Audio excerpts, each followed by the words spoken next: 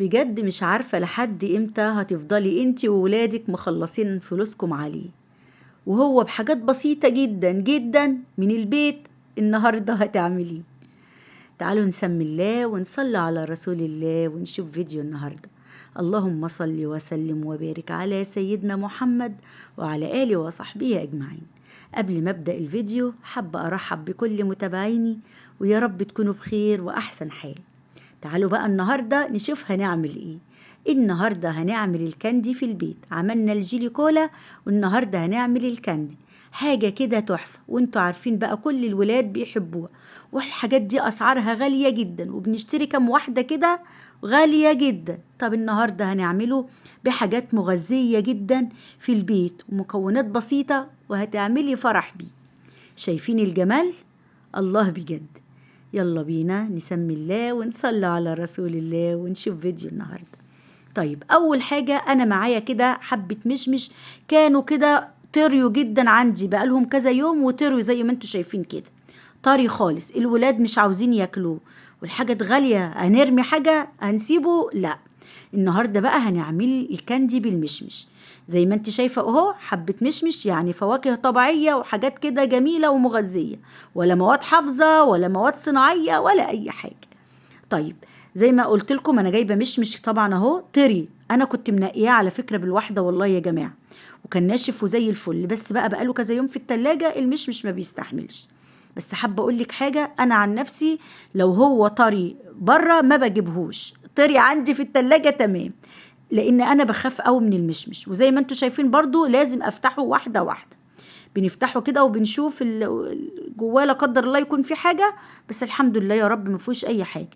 وزي ما انتوا شايفين تقدري بقى تعملي اي نوع طعم انت حباه باي نوع فاكهة بالطريقة اللي احنا هنبتدي بيها النهاردة.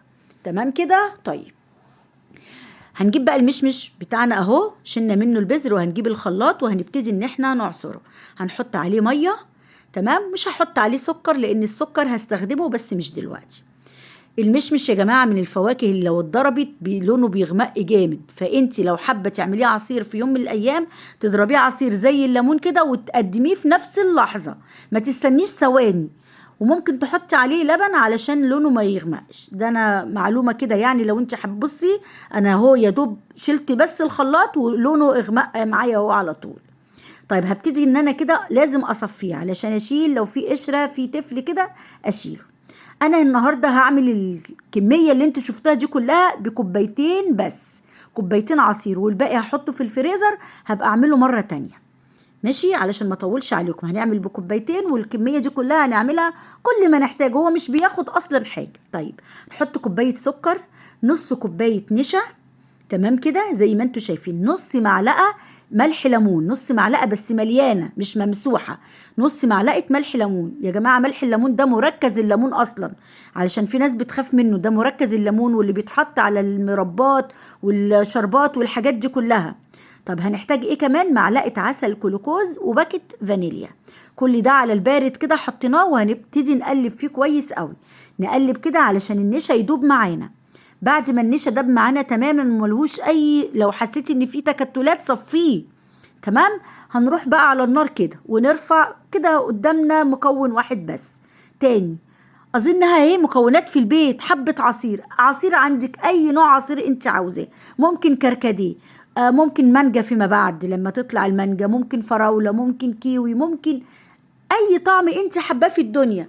ادي لولادك حاجات مغذية ياكلوها بطريقة تانية، حتى لو هم مش بيحبوا الفاكهة دي هيحبوها بالطريقة دي. طبعا هنا انا مخليه النار وسط وبقلب زي ما انتوا شايفين كده لحد القوام ما هيبتدي يتقل معايا. تمام. خلي بالكم الحاجات اللي احنا بنشتريها واللي ولادنا بيقعدوا طول النهار يشدوا ويندغوا فيها، الحاجات دي كلها مواد والوان صناعية يا جماعة، مش فواكه زي اللي انت بتعمليها كده. شايفين بقى القوام بدأ يتقل ازاي؟ طب هنسيبه على النار لمدة قد ايه؟ هنسيبه في حدود ربع ساعة، كل شوية نقلب كده، كل مدى القوام هيتقل معانا.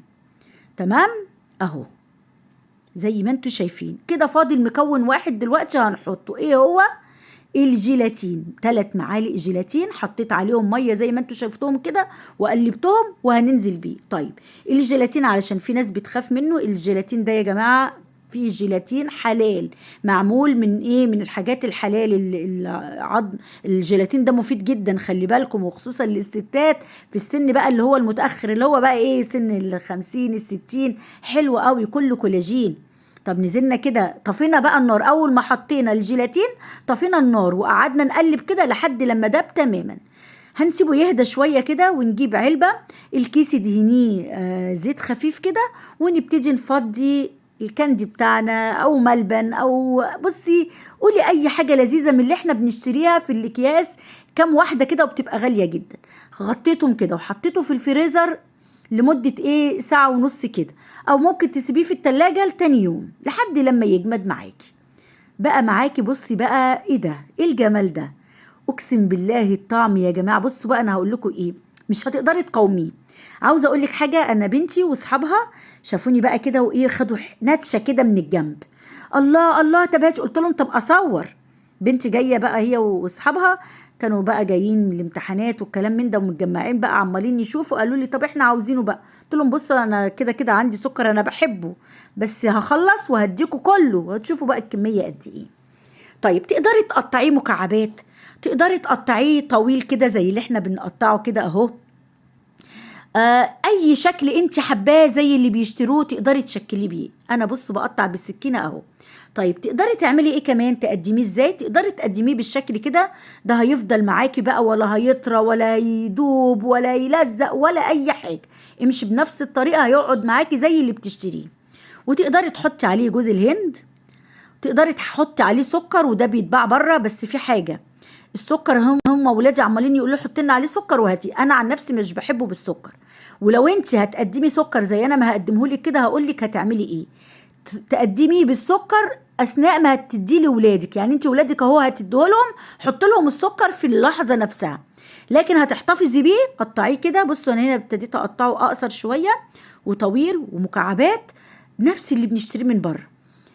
بصي مطاطي وجميل، اقسم بالله رهيب. قوموا اعملوه النهارده وجربوه، والمشمش موجود اهو، عندك حبه مشمش كده اعمليه. هتحطي بقى زي ما بقول لك ولادك عاوزينه بالسكر، يبقى تاخديه دلوقتي كده اهو وتجيبي السكر وتحطي في السكر وتديهولهم، لكن ما تحطوهوش في السكر وتشيليه في التلاجة. انا علشان البنات عمالين يقولوا لي يلا بقى يلا بقى، عماله اقول لهم استنوا طب اكمل الفيديو، فعاوزينه كله بالسكر، فانا هديهولهم. وكده كده ايه عندي كمان هبقى اعمل تاني بقى بس بدون سكر، انا بحبه بدون سكر او بجوز الهند. يعني ممكن تعملي كده في جوز الهند بدل السكر. تمام، انا بقولك على الافكار وانتي ايه اعملي اللي انت حباه انت وولادك. هما هنا البنات بيقولوا لا احنا عاوزين زي اللي بنشتريه من بره عليه سكر. بس اللي انا بقى مستغربه له السكر اللي بيتباع في المحلات اللي هم حاطينه في السكر، ازاي مش بيسيح؟ ده لو انت سبتيه كده شويه السكر هيسيح. فعلشان كده زي ما بقول لك تعمليه تطلعيه من السكر تقدميه للولاد على طول، او تشيليه من غير سكر زي كده، او تحطي عليه جوز الهند. مش قادرة اقول لكم جماله ولا طعمه مزز ولذيذ. وبقى بصوا حاجات مغذية اديناها للولاد، ولا تشتري حاجة، الحاجات بقت غالية، وزي ما قلنا كلها مواد حافظة والوان صناعية، لا كلها احنا عملناها اهو من مواد طبيعية مغذية وبالفواكه. انتوا فكركم اللي بره ده بيتعمل بالفواكه؟ لا، زي ما قلت لكم الوان صناعيه، لون احمر لون اخضر، مركز طعم الفراوله طعم المشمش، منكهات بس. شايفه كميه قد ايه؟ حطيها بقى في علب كده وقدميها. ويا رب الفيديو يكون عجبكم، وبشكركم على تعليقاتكم ودعواتكم الجميله ليا. ربنا يخليكم ليا يا رب وما يحرمنيش منكم ابدا. شكرا على دعمكم وحبكم ليا، بجد أنا كمان بموت فيكم. ويا رب الفيديو يكون عجبكم، والسلام عليكم ورحمة الله وبركاته.